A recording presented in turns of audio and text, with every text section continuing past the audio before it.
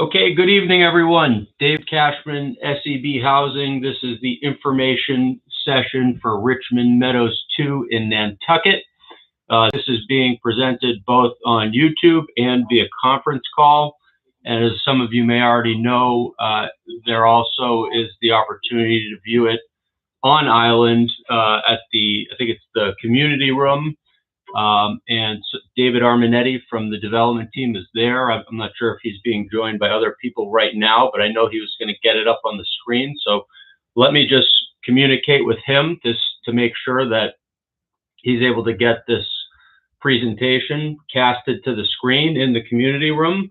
So I'm going to speak with him for just a moment for anyone who's tuning in. So Dave, is this showing up on the screen, or do you still need a moment?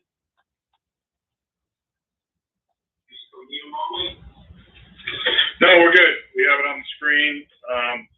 One person has stepped in so far, but otherwise it's projected on the screen and we're ready for you to start, Dave. Okay, give me just one moment. Okay, so as I said, my name is David Cashman. I'm with SEB Housing, and this is the information session for the affordable and workforce units at Richmond Meadows 2 in Nantucket. Tonight, we will probably spend between 45 minutes to an hour, possibly longer, depending on if there are many questions to respond to, reviewing this program, what this opportunity is, the units, how to apply, what the eligibility criteria are, and sort of what to expect going forward. Just so that everyone tuning in is clear, SEB Housing is not the developer, and we are not the management team.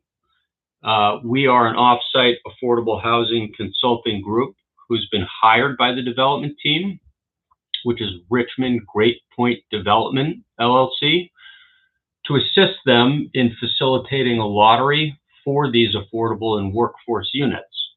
And we get hired by lots of different development teams in various parts of the state that have developments. They can be either rental or or home ownership that have an affordable or workforce component.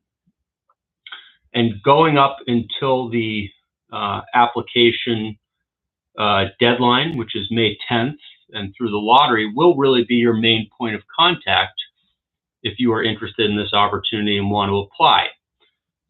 If you haven't already, you should visit our website. The information packet in the application is available there. Let me just type our website into the chat right now. So you can just download those materials, print them out, fill them out, and send them to us.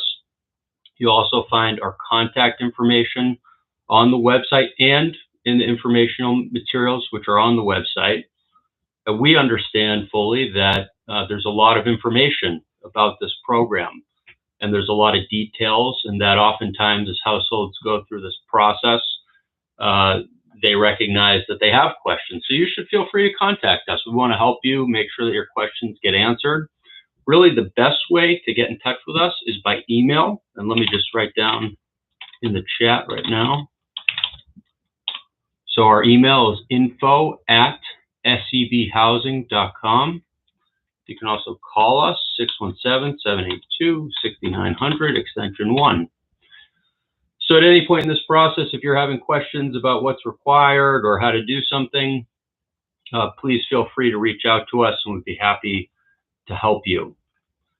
Probably one of the most important things to keep in mind if you're attending this session is that the deadline to submit an application is May 10th. That process is not a one bite at the apple process. So it's not like, you know, when you were a student and you were turning in an exam paper or something like that, you turn it in and then it's gone and you can't update it or edit it after that. In this process, if you submit an application and anything's missing or needs further explanation, you'll have the opportunity to go in and revise it or update it as necessary. So while we don't, suggest that anyone submit to us an application which they know is incomplete, if you think it's close enough, we typically recommend get it in. We'll take a look at it. We'll let you know if there's anything that needs further explanation.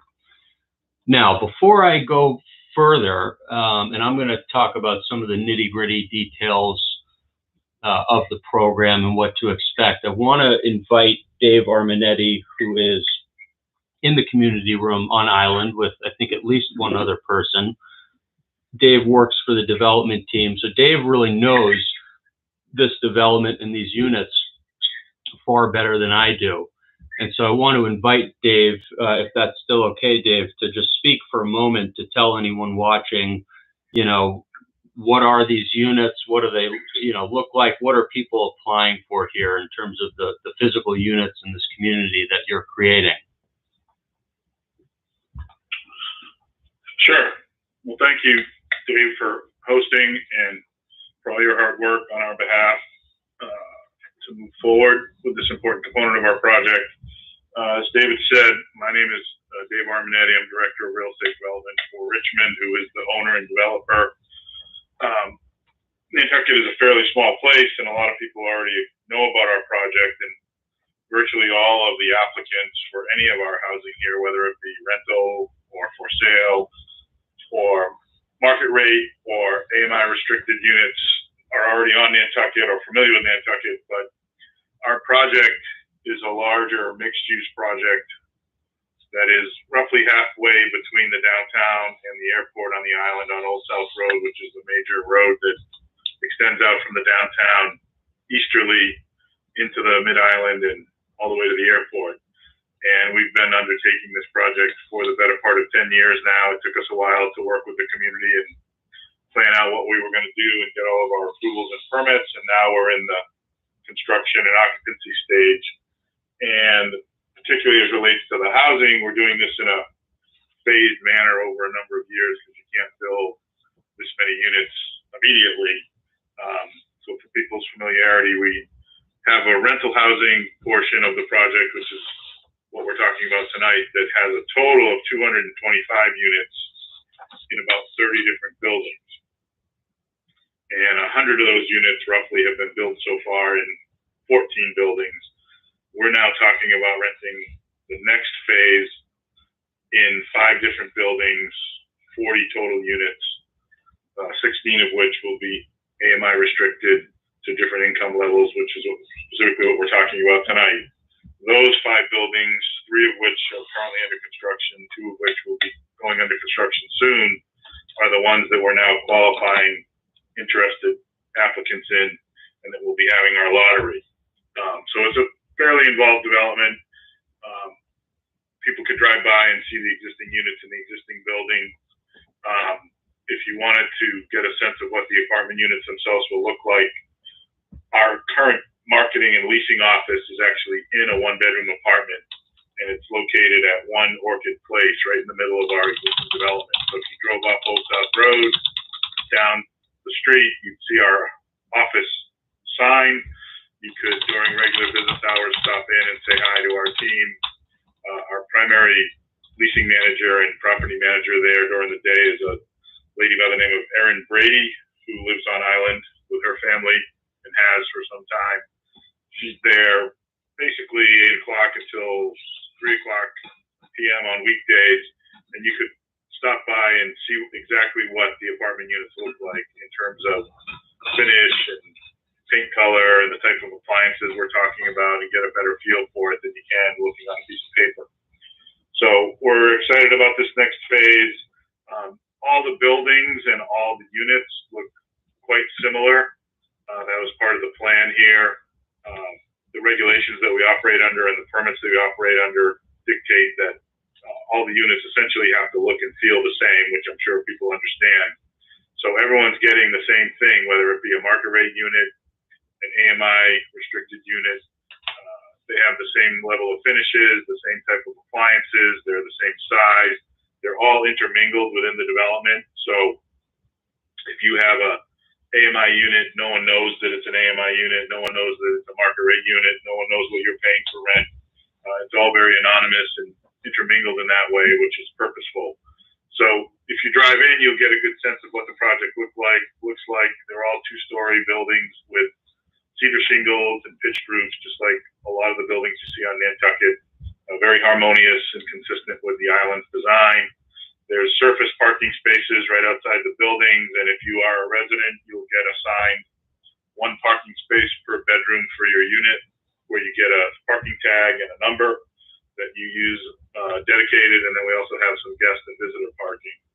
So the units we're talking about tonight, the first handful, which is 12 units that David will get into more detail about the AMI splits in terms of 50%, 100%. Those three buildings, which those units are in, are actually under construction now. You can drive by and see them under construction. Those will all be occupied and ready to go by early this summer. So if you can move quickly and you're able to get a lottery spot, you could move in fairly quickly now at some point early in the summer, middle of the summer, as we anticipate moving people in. The next two buildings that have the 80% AMI units are just down the corner from the three buildings that are under construction now. Those buildings will go under construction this fall and will be ready early next year in the January, February timeframe, and those have the 80% AMI units in them. So we have a number of units coming online. Unfortunately, there's a lot of demand for housing on Nantucket, as people are mostly aware, and a tremendous amount of demand for rental units and a lot of demand for these AMI restricted units. So we'd love to be able to have a unit for everybody who's interested, and you just walk up and sign a lease and move in. Unfortunately, there's more people who want these units and qualify for these units than the number of units we're allowed to build. But we're looking forward to trying to accommodate everyone we can, and we're building them as quickly as we can. And we want to wish everyone good luck in terms of going through the process. We appreciate your interest in our project. As David mentioned, the paperwork here is a little involved to fill out. It might look more intimidating than it actually is, and especially with David and his team being able to help out. They'll walk you through everything, help you out. Don't be afraid or don't be intimidated by the paperwork, please.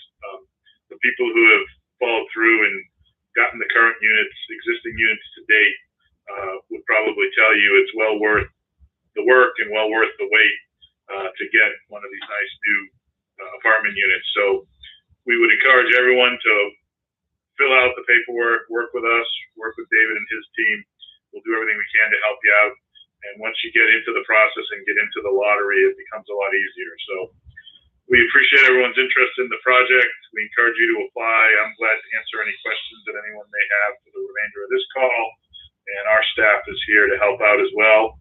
And thank you for your interest. That's great. Thanks, Dave, for such a full description. That was really helpful. And I want to just you said a number of things that I think were very important and worth just kind of reiterating quickly. But one is this is a phased development. We already did a lottery for phase one. People applying for those units at that time had to submit all the same types of documents to qualify that people applying for this phase will have to submit. There were a bunch of units in that phase, and they're all full, I think. So this is absolutely achievable to get all those documents in and to qualify. And I think you had also mentioned, Dave, how similar the units are. This is all very anonymous. You know, these units are not identifiable as affordable or workforce units to anyone walking by. They're fit in harmoniously throughout the development in scattered locations in a way that's fair and equitable.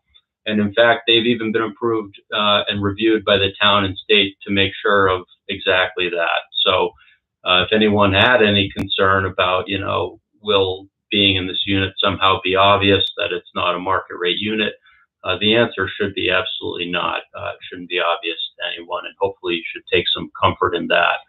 Just one logistical thing that I should have mentioned at the beginning, which I didn't.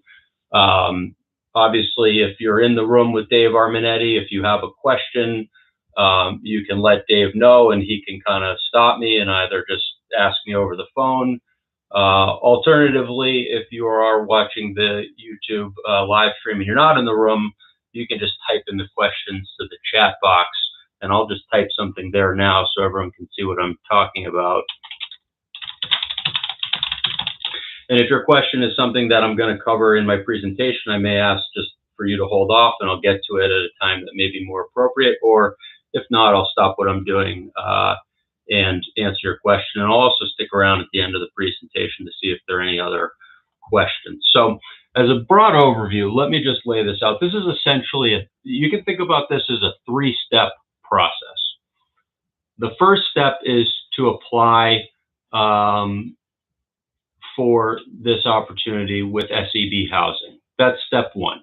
So you get our application, you print it out, you fill in the required information, and you submit it to SEB. You can email it to us, you can fax it, you can scan it. We have a Dropbox outside our office in Needham, but I'm guessing most people applying are in Nantucket. That's not very convenient. So, but if anyone isn't and they want to, they can do that. There may also be some opportunity so I'll leave it at that. And if you have any questions about how to submit it, you can get in touch with us. We try and offer various means to make it easy for households. Step two step one is apply, which will include a lottery, which we'll get to. From the lottery, step two will be for lottery households to apply with the leasing office, because there are two different screenings that are going to happen here. The first screening with SEB being a screening to determine your eligibility for this program, we'll talk more about.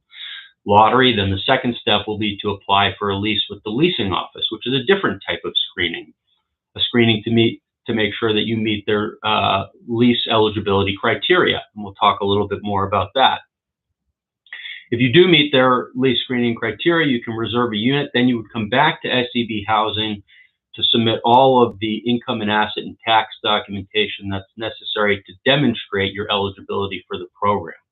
When you submit your initial lottery application to us, we're not going to put you through the ringer of all of the documents, last year's taxes, pay stubs, bank statements, W-2s, 1099s, all these things. We're not going to request that with your lottery application. You'll be able to fill out what your income and assets are, and we'll either insert you into the lottery or not, depending on what you put in there. Later on in step three, after you've been in the lottery and after you have a unit reserved, you'll have to come back to us to provide all of that documentation so we can ensure that you are eligible for the program. For better or worse, we can't just take people's words for it. Let me stop there. There's already two questions. One from Samantha. Can we make an appointment with Erin for after 3 or on weekends? Dave, do you know the answer to that? I don't know Erin's availability after 3 or on weekends. Do you? Sure. Thanks, Dave.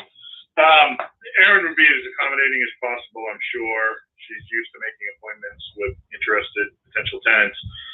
The weekends might be a little tougher, but depending on how flexible she is, I'm sure she will. If you wouldn't mind, maybe, David, typing in the number. Yeah, what's the phone number? Call and reach Erin, you can make an appointment. And she's been with us now for a couple of years. She's very familiar with the project, and I'm sure she'd try and accommodate everybody. So you call the regular office number during the week, and you can get through to Erin at 508-901-9030. And the office is at 1 Orchid Place, which is right in the middle of our apartment development. And there's a couple of signs as you drive into the project that point out where the office is. You could also stop by during regular business hours and make a subsequent appointment with her. I'm sure she'll try and help everybody as best she can. So thank you. Great. Thanks, Dave and Samantha. Hopefully that answers your question. There's another question from Elizabeth. Can you share links for each of these different parts of the application so I can make sure I found all of the right documents? Great question, Elizabeth. Sorry if I made that confusing. Right now, the only application is the lottery application, which is available on our website and which you may already have. I'll type that again. That's the only application that's available right now. You got to fill out that one, get into the lottery, then there will be other screenings, but that's not available right now. So don't worry that you're missing these other application pieces. Now, I will say, Elizabeth, that as I mentioned before, step 1 is submit a lottery application, get in the lottery, and then step 3 is to submit all of the actual documents to us to demonstrate your eligibility, right? Because I said we can't just take your word for it. When you get your lottery application number, which we'll talk about in a bit, assuming you're eligible according to what you put in your lottery application, we will send you what's called the Documents Requirements Guide, so that you know when you do get to step 3, okay, what am I going to actually need to submit? And we really recommend that households take some time and look through that so they can begin to collect those documents, because depending on what you have going on, I mean, especially if you're someone who's self-employed, getting together a profit and loss statement with all the supporting documents can take some time, right? And if you wait to the last minute, you're going to be scrambling, right? Because there's going to be a time limit associated with getting everything submitted to us. So when we give you that Documents Requirements Guide with your lottery application number, which would be months probably, or depending on when you apply, in advance of when you'd have to actually get to step 3 and supply those things, if you start working on it, then it's going to be a more leisurely kind of process for you. You'll have more time. It won't feel so rushed. So hopefully that answers your question, but let me know if not. So let me just say, so we're going back to the kind of overview of the 3 steps. Let me just give you quickly, what are the income restricted, affordable, and workforce units that we're even talking about here? How many are there? At what area median income are they? What bedroom, how many bedrooms do they have? So all of this is in the information packet. Most of pretty much everything I'm going to review tonight is in the information packet. So if you're watching this, don't feel as if you need to be scrambling to write things down like it's going to be gone. If you don't write it down, it's pretty much all there. So let me just give you a quick overview. So phase 2A, those are the ones that are going to be coming online starting in the summer. A total of 14 units at 2 different AMI tiers. AMI stands for the Area Median Income, which are numbers published by HUD every year. So there are 50% AMI units in 2A, and there are 100% AMI units in phase 2A. There are, of the 50% AMI units, there are studios and a 1-bedroom. And of the 100% AMI units, there are studios, 1-bedrooms, and 2-bedrooms. And the rents range from, at the low end, for the studio 50%, we're talking about $955 a month. That excludes, and this is for all units, all income restricted units, that excludes the cost of electricity, but water and sewer will be paid by the landlord. And as Dave said, you will get a free parking spot commensurate with the number of bedrooms of the unit. And then at the high end, you have the 100% AMI 2-bedroom units, and those will be renting for $2,577. And while I don't have each and every one of the market rate corresponding units, I would assume that most, if not all of these, are considerably less than what their market rate counterparts are renting for. Now, in phase 2B, you have a total of 4 affordable units. These are the 80% AMI units. And you have 3 1-bedroom units at a rent of $1,546. And you have 1 2-bedroom unit at a rent of $1,707. And again, just like for the 50 and 100% units, those rents exclude electricity costs, but water and sewer is paid by the landlord. Now, affordable, there are different types of affordable housing programs. Some are, project-based Section 8 housing. You can have different types of subsidized housing. You can have affordable housing, workforce housing. These units are they're not subsidized. Okay, so tenants, applicants do need to meet certain criteria, which we'll talk more about, to be eligible. But the expectation is that they are able to support the rent on their own strength, on the strength of their own income and assets. That being said, if you have a voucher, you may very well be able to use it. Okay, voucher holders cannot be excluded. While this is not per se a voucher holder program, voucher holders cannot be excluded simply because they have a voucher. Now, I will say that if you do have a voucher, for your own benefit, okay, for your own benefit, I do recommend reaching out to the housing authority who issues the voucher to say, hey, I'm thinking about applying for this great opportunity. You know, here's what I'm interested in.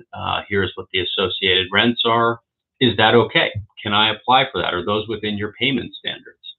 And the reason you do that is because you don't want to go through this whole process only to find out down the road that your housing authority says, no, we don't support this. Those rents are too high. They're above our payment standards, and we can't, you know, support you living there. And now you've just spent all this time getting through the application process, probably getting your hopes up, only to have them dashed by something that probably, by information that was probably available to you earlier on if you had asked them. Again, you don't have to, totally up to you, but I've seen it happen before where, you know, households didn't ask, and then turns out the housing authority wouldn't support the rent. And, you know, obviously that's a very disappointing piece of information to get when you've got a unit reserved and you've been through the lottery and you think you're eligible, and then at the last second you find out it won't work. So, okay. So let's talk about some of the general parameters of eligibility. In order to qualify for any of the affordable units, you need your household, everyone who would be on the lease or living in the unit, okay, on the lease or living in the unit, the combined, they have to meet combined income and asset criteria, which we'll talk about. For larger units, we need to give priority to larger household sizes who need all of the units. So you'll notice in the application on one of the very first pages, after you've indicated what bedroom size you're applying for, it's going to ask you what household type you are. And you can either be a type 2 household or a type 1 household, which essentially for a type 2 household, that means you're appropriately sized for a 2-bedroom unit. And if you're a type 1 household, you're more appropriately sized for a studio or 1-bedroom unit. Priority for the 2-bedroom units will ultimately go to type 2 households. It doesn't mean a type 1 household can't apply for those. It just means that when we do the lottery and we create waiting lists, which establish an order of priority for moving forward, those larger household types, like a household with 4 people, are going to be higher on the waiting list for a 2-bedroom unit than, say, a 1-person household, who the program would say would be overhoused in a 2-bedroom unit. Okay. Additionally, households cannot own a home, okay, and rent a unit. Now, if you own a home right now, that's okay. That's not a disqualifier if you own a home at the time of your application. However, that home would need to be sold before you are permitted to sign a lease. And so if you're otherwise eligible for this program, but you own a home, we would send you a conditional notice saying you are eligible. However, conditionally so, you need to sell that home, and we need to get proof of that sale vis-a-vis your closing disclosure form prior to you being able to sign a lease, okay? And then finally, households or their family members, okay, households or their family members cannot have a financial interest in the development, and they can't be considered a related party. Related being you're actually physically related. You're, you know, Dave Arminetti, who's kindly here, works for the development team. You know, Dave's nephew, if he has one, I don't know, wouldn't be eligible. And Dave's nephew's wife wouldn't be eligible either. Or if, you know, you work for Richmond Great Point, or someone in your family does, that would also be a disqualification on the grounds that there's an appearance of impropriety. So I won't spend much time on that. You know, those are, there's a question in the application that asks about that, and you just need to disclose whether or not you have a financial interest or whether you are a related party. I want to say as well that when you fill out the application, it'll ask you what bedroom size you are applying for, studio 1 or 2. You can pick any or all, okay? Any or all. And it says that. It says you can select more than one. And I want to clarify that there's no real downside to applying for more than one, okay? There's no downside. So, you know, worst case, you're eligible for multiple, and at some point down the road, you may be faced with a decision, well, what do I actually want more, a 1-bedroom or a 2-bedroom? But that's kind of the worst thing that can happen. Conversely, if you only check off that you're interested in a 1-bedroom, and then we go through the whole lottery and we create waiting lists, and you say, you know what, I'm actually more interested in a 2-bedroom, that's not as easy of a fix. You have to kind of get back in line and don't get to take advantage of your status as a lottery household. So I always tell people during these sessions, be over-inclusive. Okay, be over-inclusive. If you think you might be interested in something, apply for it. Like I said, worst case, you might have to choose between the two, or at some point you say, I'm not actually interested in that. That's fine. You're entitled to do that. I want to note as well that, we don't list, you'll notice I've talked about how there are 50% units, 80% units, and 100% units, which have different income tiers. In the application, we don't ask you to designate. So you don't have to say, I'm interested in a studio 50, or I'm only interested in a 2-bedroom 100. You just tell us what bedroom size you're interested in, and we will tell you for that bedroom size, if you're eligible at which different AMI tier, assuming that bedroom size is available in various different AMI tiers. That's something you're going to want to check. Okay. And you may be eligible for multiple. Okay. That's a possibility. So we'll do that for you and let you know. But just keep in mind, we're taking your word for it with the application to determine which AMI tier you qualify for. Down the road at step 3, when you actually have to submit your taxes and everything else, it may show us something differently. Okay. And so if you tell us information that, you make, let's just pick a number here. I'm a household size of 1. I make $35,000 a year. Well, based on current information, you'd be under the income limit for a household size of 1 for a 50% AMI unit. But if later on it turns out you actually make $50,000 a year, the fact that we put you in the lottery for a 50% unit based on the info you gave us doesn't mean you actually get to move forward with a 50% unit. Maybe you'd be eligible for an 80% or 100% unit. But just kind of keep that in mind. All right. We're taking your word for it in the lottery, but that doesn't guarantee you something if the actual documents show something different later on at step 3. Okay. Now, if you look at the information packet, you'll see on page 5 and going over into page 6, you will see what the maximum annual incomes are for each of the different AMI tiers based on household size. Okay, it's based on not the unit size that you're applying for, but the number of people in your applying household.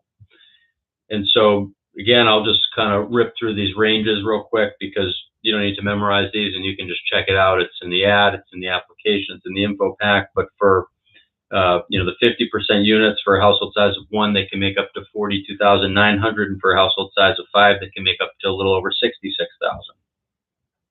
For a household size of 1 for an 80% unit, they can make up to $58,950, and for a household of 5, they can make up to $90,900.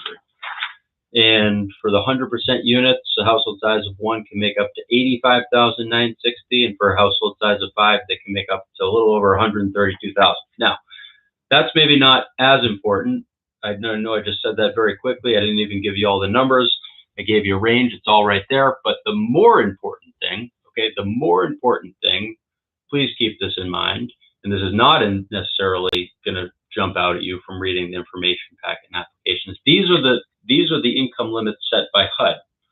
They might and very well may change as of this Friday, okay? Because HUD usually publishes the new area median incomes on the 1st of April. Sometimes they're a little late, but oftentimes not. So you want to, as soon as that info comes out, we'll be updating these numbers across the many different properties we work with, including this one, and we will try and get that information posted very quickly. But especially for folks who may be just a little bit over or right kind of on that line or near it, you probably want to be checking back to see if and how those numbers change. And they do almost always change, and they almost always go up. Not always, not a guarantee, but they usually go up each year. Not by a huge amount, but so just make a mental note or jot something down, check back. Income limits are going to be changing. and I'm told that these income limits are actually probably pretty low for Nantucket, but those are the numbers that we are stuck with and that we have to use. Now, keep in mind, income is usually gross income for all household members, projecting forward over 12 months. That's what the program says we have to calculate, is taking your current income and looking at past income and then extrapolating out over the next 12 months. That's what we're applying against these income limits. And it includes all members of the household, with the exception of children under the age of 18. All right, so if there's a 15-year-old kid in your applying household and they have a nice little job running a paper route, if those exist anymore, and they make $10,000 a year, the 15-year-old, that's great. We're not counting any of that. Okay. The other exception is for dependents who are full-time students. We don't count anything over $480. Okay, so there's a 23-year-old kid in the applying, 22-year-old kid in the applying household, full-time student. They work on the side. They make $5,000 a year. We count $480 of that and not more than that. Now, I do want to say this because apparently this comes up. Dependent means dependent like you claim them on your taxes. Okay, so the exception to the rule that we count the income for all household members except for full-time students who are dependents means dependents who you claim on your taxes, right? So that would apply to the, say, 20-year-old kid who's a full-time student who works on the side. It's not, I'm the primary breadwinner and my wife goes to school full-time and she also works and she makes $10,000 a year, but she's my dependent. I make all the, I make the vast majority of the money. She just makes a little bit, so let's only count 480 of it. That's not the type of dependent that we're talking about in that exception. In general, income is gross income before any, taxes, withholding, deductions, things like that. But if you are self-employed, we recognize, and the program requires that we take into account the costs of operating your business, the cost of parts, the cost of sales, things like that, payroll deductions, all these other expenses. And in that case, those do come out. And then that bottom line, what you make an income after those expenditures is what we would apply towards these income limits. So there is something a little different. But if you're a W-2 employee getting a paycheck each year, 2 weeks, we're looking at gross income. If you're self-employed, run your own business, that kind of thing, it's a little different. You need to fill out a profit and loss statement for the current year. And also recommend that if you haven't already, you get your taxes done for 2021, because if you do, we can take those. But if you run your own shop, let's say you're self-employed, you're filing extensions, you haven't done your 2021 taxes, you're going to need to do a profit and loss statement for 2021, and those are a lot of work, and there's a lot of supporting documentation. So easier to just get your taxes filed and submit those rather than having to also do another profit and loss statement. I'm sure one's enough for most people. Okay, now, and so there's probably a whole lot more to be said about income, but everyone's income scenario is different. I can't possibly capture it all, in 1 hour long or hour and 15-minute session or whatever we go. I think people tend to have questions as they begin to dig in, filling out their certification application, and that's what we're here for. You can ask questions, and hopefully the document requirements guide that we provide to you going into the water will make clear the types of documents that you'll have to provide with respect to your income. You will also have to document your assets, okay? But there is no asset, there's no asset limit. So, it's okay. You could actually have quite a bit in assets. You could have quite a bit in bank accounts and other types of assets, and that's not going to put you over some asset limit. However, we do need to factor in income generated from assets. And, depending on how much you have and where you have them, that could be a lot or it could be very little. and the income that your assets generate does get applied towards the income limit. I should say also that we are required by the program to take the greater of the actual income generated from your assets, or an implied 0.06%, which is like nothing. I think it's 3 or 4 zeros after the period. I can never remember, but it's a very small fraction. We take the greater and we apply that towards the income limit, but no asset limit for rental. There's a question here from Elizabeth. Is it better to mail or can we email the application? Really up to you. We'll take either. I think email's probably more efficient and easy, but that's your call. We'll take either. If you do provide us, we certainly like when households provide an email. That's an easy way of communicating and provides a paper trail, and we can kind of get back to people really quickly that way. So if you're comfortable with that, please list your email in your application so we can get in touch with you in that manner. Okay, so there is no, we've talked a little bit about maximum income and assets. There's no minimum income in these programs. But like I said a little bit ago, this is not necessarily subsidized housing. So households do need to be able to qualify for a lease based on the strength of their own income and assets. And that's, the leasing office, any leasing office for affordable or market rate or workforce units, they're going to run them through a screening to make sure that in month 3, it's, the household's going to say, I've got no money. I never really did. It's totally overextended on this thing. So the leasing office's rent to income ratio here, which they apply evenly across the board, is that an applying household needs to make twice the monthly rent. Okay, so in other words, the rent can't constitute more than 50% of their monthly income, which is actually a pretty generous standard. Sometimes it's lower than that. Sometimes, rent can't make up more than 33% or 40% of a household's monthly income. So this is actually a more generous standard.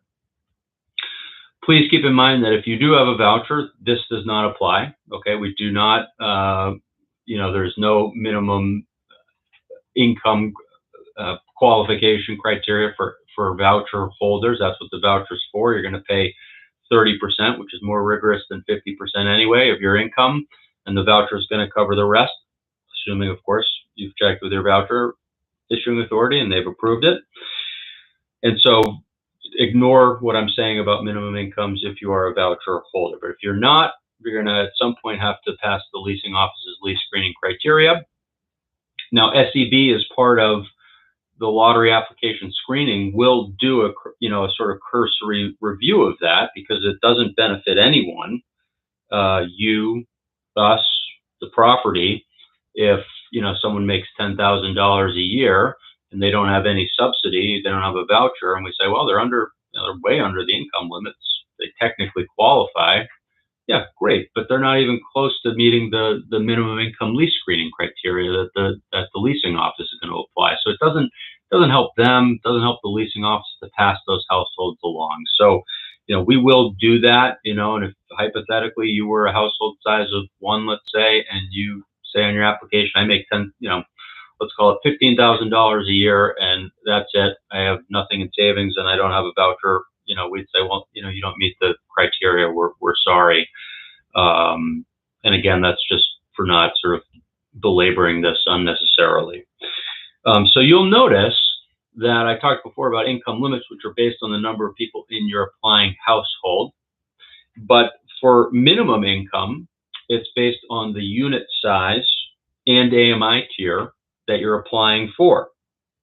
And so if you sort of just, you can look at the information packet to sort of do some comparisons, but what you'll probably come to the conclusion of is that there's sort of this window, that we're talking about, where based on the program, you can't make more than this hand being a terrible representation of a ceiling, and this, which is the leasing office's minimum income screening criteria, which is a terrible representation of a floor. You got to be somewhere in this terrible slice that I'm doing a bad job of showing here.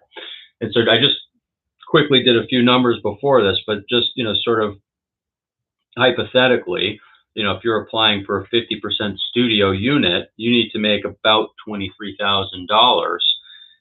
And if you're a household size of 1, you can make up to about $43,000. So that's a pretty nice spread. That window is a decent size. If you're 2 people applying for a studio, which I think is allowed, you would be able to make up to $49,000. So that window gets a little greater. Okay, so the more people in the household, that window expands, because the more people in the household, the greater the income limit. Okay. Again, I just want to say, I do understand on the island there are a lot of seasonal workers. Okay, there's some instructions in the application about how to treat that. If you're seasonal and you only work, every year you work 9 months and you don't work the other 3 months, and that's what you do every year. If you don't tell us about that and you just show us what you've made recently, we might actually overestimate what your yearly income is, because we don't, we're not alerted to it. We may not know that you always take off 3 months a year. So make sure that when you're filling out your application, you account for that, so that we don't overestimate your income. But for people who aren't necessarily seasonal, in general, just so you know, is what the rule is. We typically have to assume that you're going to make money that you've been making, and statements such as, I've been working a lot of overtime lately. It shows up on my pay stubs, but going forward, I'm not going to do that anymore. If you don't have some, concrete evidence, just your statement, that's not something that we can usually accept. We have to assume that what you've been making is what you're going to continue to make going forward, absent demonstrable evidence showing otherwise. Okay. So people sometimes ask, can you have co-signers, guarantors? I just want to make clear that that's not allowed. Another common question is, do I have to actually be a resident of Nantucket? You do not. I think most people probably will be, because that's usually how it works on the island. I don't think there are that many people applying for this opportunity from other places, but maybe there are, and they certainly can.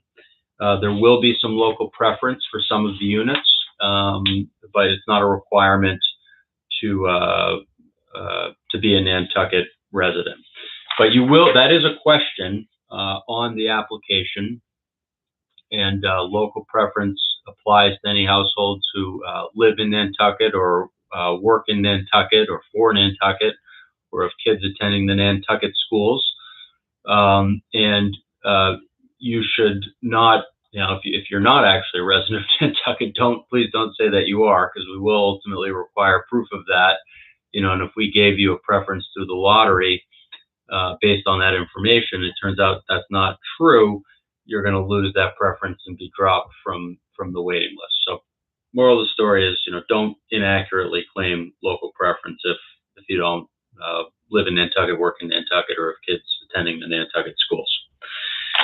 All right, so let me talk a little bit about, we've talked about income and assets a little bit, and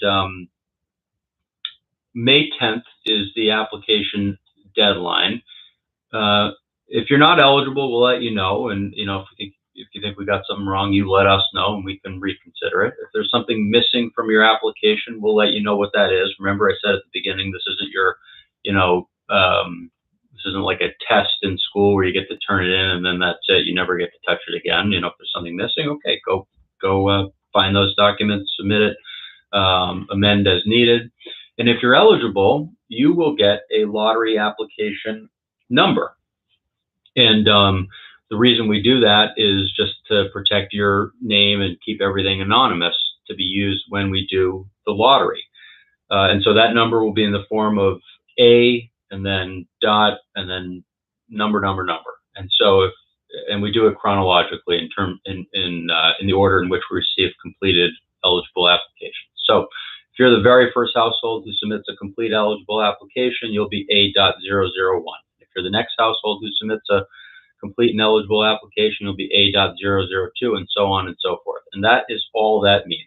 It means really, here's your number, helps keep you anonymous, and that's it. It has no bearing on anything else. So please don't conflate, hey, I'm A.001, that means I'm number one. It's not what it means. So when we do the lottery, which will be like this, okay, it'll be virtual and it'll be me and I'll be pulling numbers out of a box. The way it works is we have to do two drawings. We have to do a drawing with the households who qualified for local preference, and then we have to do a second drawing with all the households. And as we go, I pull the numbers out of a box, show them up to the screen so you can see, and I'll call them out as I go. And I'll do the first one, I'll pull all the numbers out, and then I'll do the second one, and I'll pull all the numbers out, and you can see them. Now, when I do that, you don't know, and I actually don't know in real time exactly what that means, because we've got different households who have applied for different bedroom sizes at different AMI tiers, and it all needs to get sorted out, okay? So you are absolutely encouraged to attend. If you want to see it, that's great. A lot of people do, but please just keep in mind that as I'm doing it, you might be scratching your head saying, like, what does this mean? I don't know. It's picked fifth. Does that mean I'm number 5? And the answer is, I don't know in that moment, and you won't either. But you will know. The good news is probably that very same night, because I have to sort all the results, which are kind of based on, you know, where you were picked in the lottery, what household, what bedroom size you applied for, what household type you are you local preference or not, or do you have a disability if it's for one of the accessible units.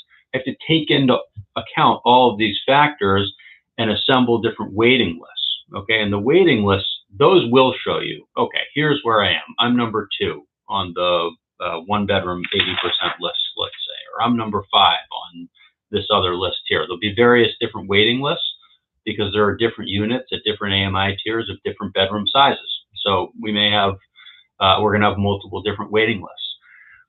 Households will be on every waiting list that they applied and were eligible for. So in theory, if you, I mean, I don't know that any household would, but hypothetically, if some household applied and they qualified for every single different type of unit here, which again, I don't think would be the case, they'd be on every single different waiting list.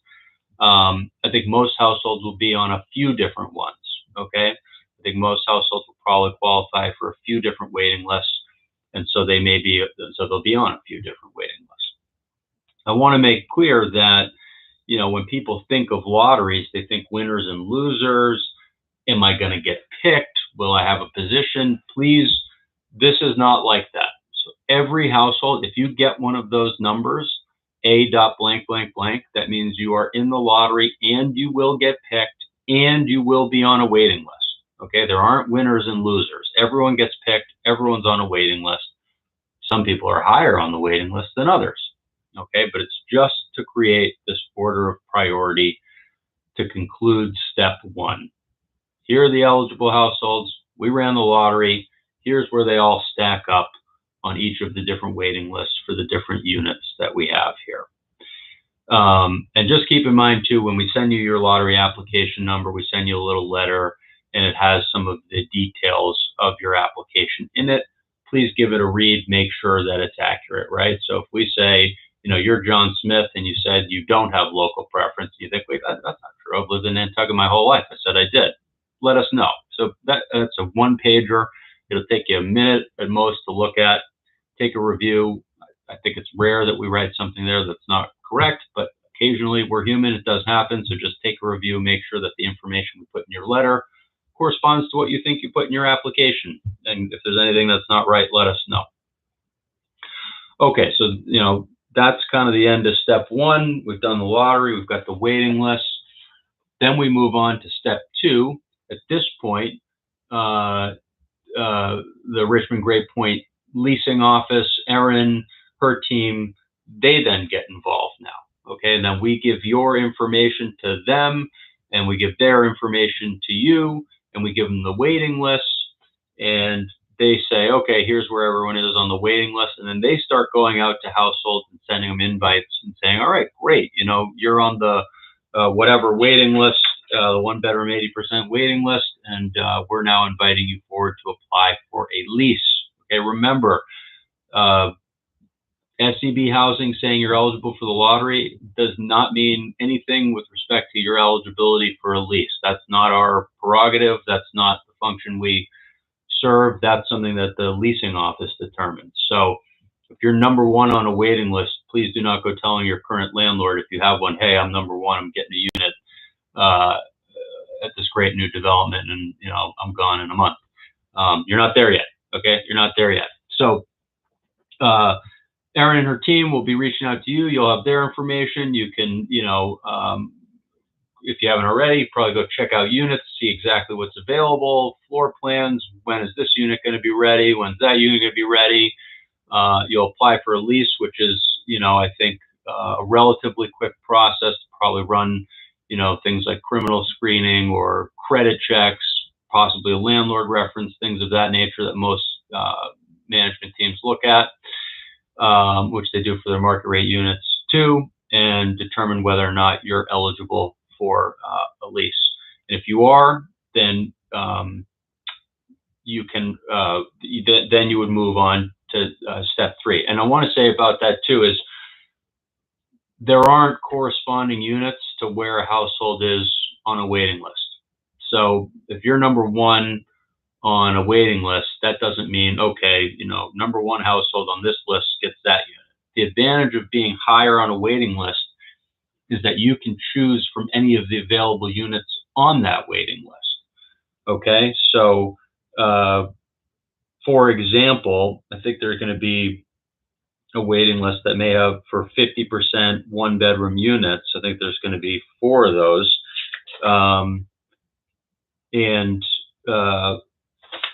So if you're the number one on the 50% one-bedroom AMI waiting list, well, you'll be able to see those 4 and say, all right, I like this one better than that one, and that's the advantage of being number one. You get to reserve the top choice.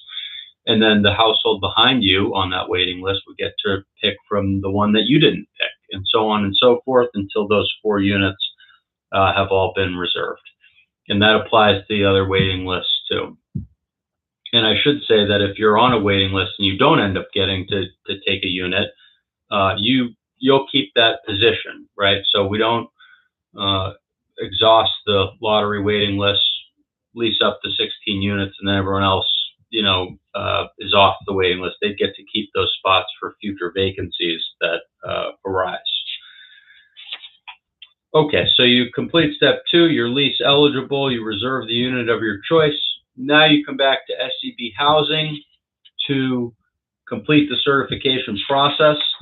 This is quite honestly probably the most painful part, but it's doable. It's totally doable. Thousands of people have done it, including a handful who already are in units at this development in phase 1. So it's totally doable, and you will have had time to prepare the documents that are required, because we're going to give you that guide when we give you your lottery application number before the lottery. So you have some time to look at that and say, okay, let me start collecting my pay stubs. Let me put my last year's taxes in the file. Let me put my W-2 or my 1099 or my bank statements. You start putting them in your file, and then you can make it pretty easy. So you come back to us. Now at that point, just keep in mind, this is not, you won't have, as long as you want to do that. And that's just out of fairness. The leasing office wants to get the units leased. There are other households on the waiting list who are anxious to move forward. So, it stands to reason that if you're one of the lucky ones who's now gotten through step 1 and step 2, you don't get to take 5 months to get through step 3, because that's just too long. That's not fair to the leasing office. That's not fair to other people in the process. You're probably going to have more like 10 days.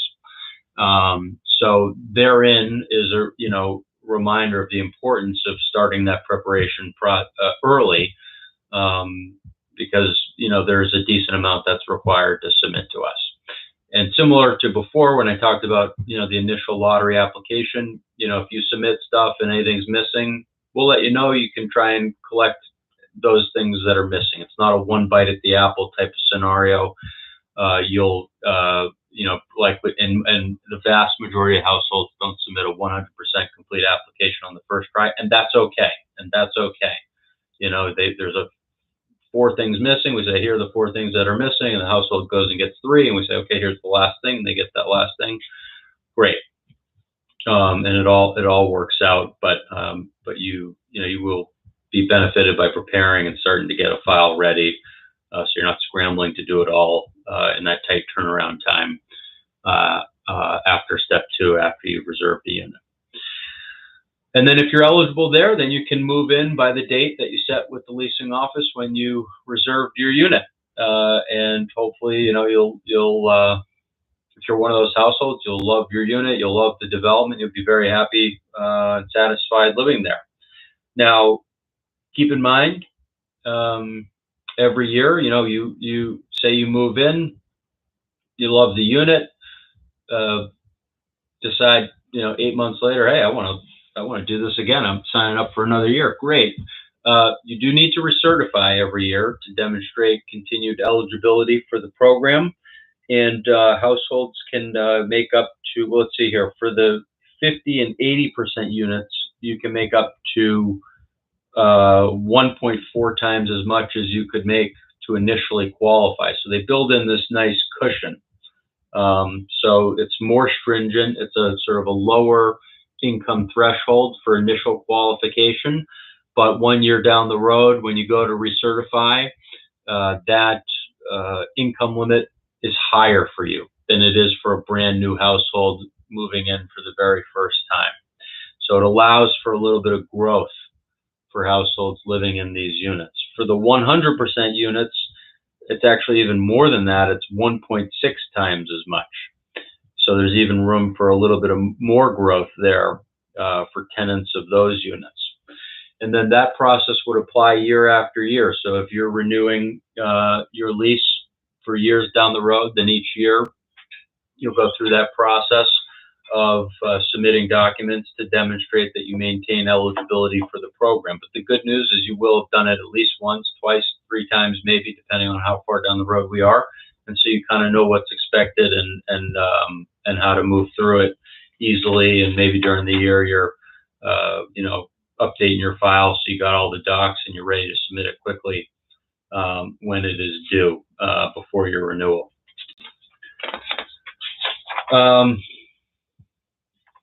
I think that's it. There's a little bit in the more in the information packet towards the end about the categories of local preference, and also there is one disabled accessible apartment unit of these units that we're discussing here tonight, and that one is a 100% studio unit.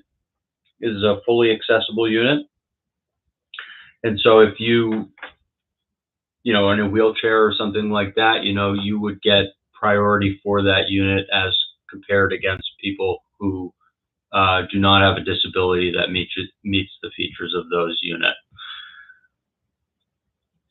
I did want to say too, I think this may be the last thing, and then I'll open it up for any last questions if there are any. People sometimes ask. There's a question on the application about race. It's optional. And if you're wondering why it's there, the reason that it's there is because when there is a local preference in a lottery, we need to make sure that, per the program rules, that there's adequate representation of minorities in the local preference pool, as contrasted with the geographic area of the property where the property is located. And so, if the geographic area, I know it, I'm not sure what it is off the top of my head in Nantucket, but in Boston, I know it's 33.4%. So if we had a local preference pool of 10 people and only one of them indicated they were minority, which would be 10%, we would have to, if there are other minorities who aren't local preference, take 3 of them and add them to the local preference pool so that the local preference minority local representation in the local pool is now 40%, which is greater than the surrounding area of 33.4. But anyway, you don't need to know that, memorize it.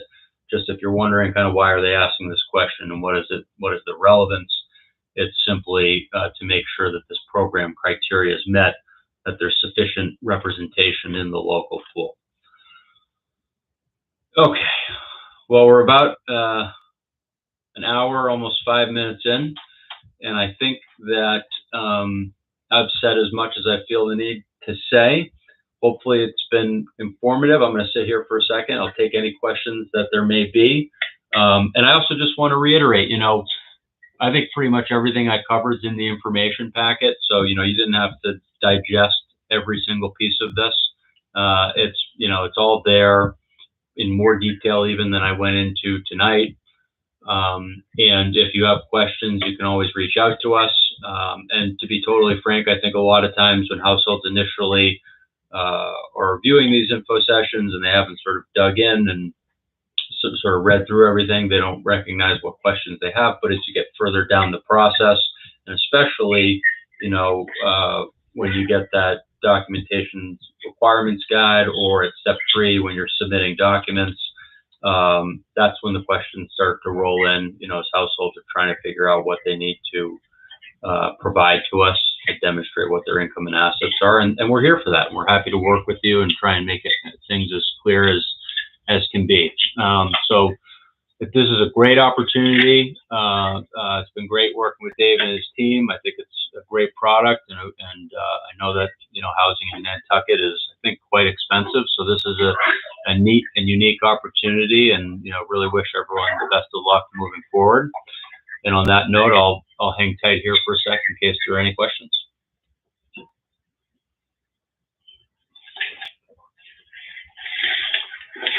There was a woman earlier too asking about, you know, the application and info pack has been made available in other languages, Spanish, Portuguese. So if you need that, that is something that we can provide.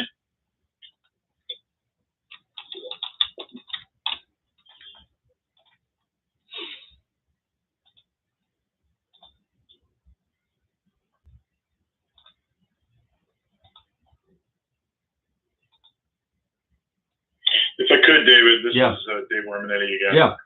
The only thing I'd add is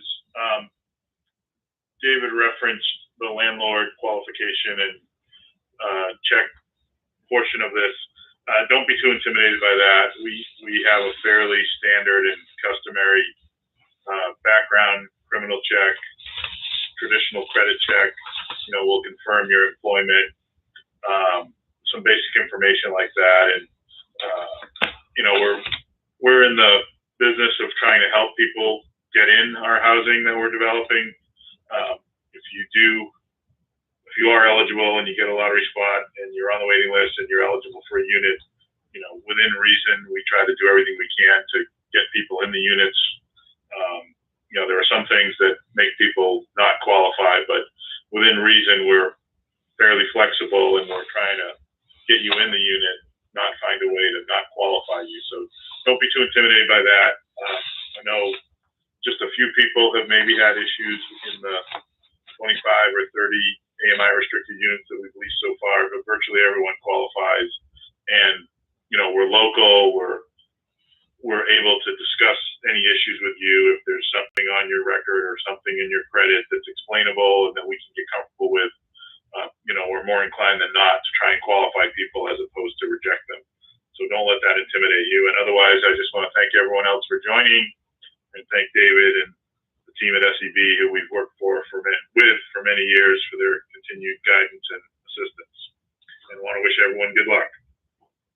Thank you, Dave. Thanks for that clarification, and great working with you too. And we look forward to being a part of this opportunity, this next phase. So thanks, everyone. I think that wraps it up. I hope everyone has a great evening. So good night. Thank you. Bye-bye.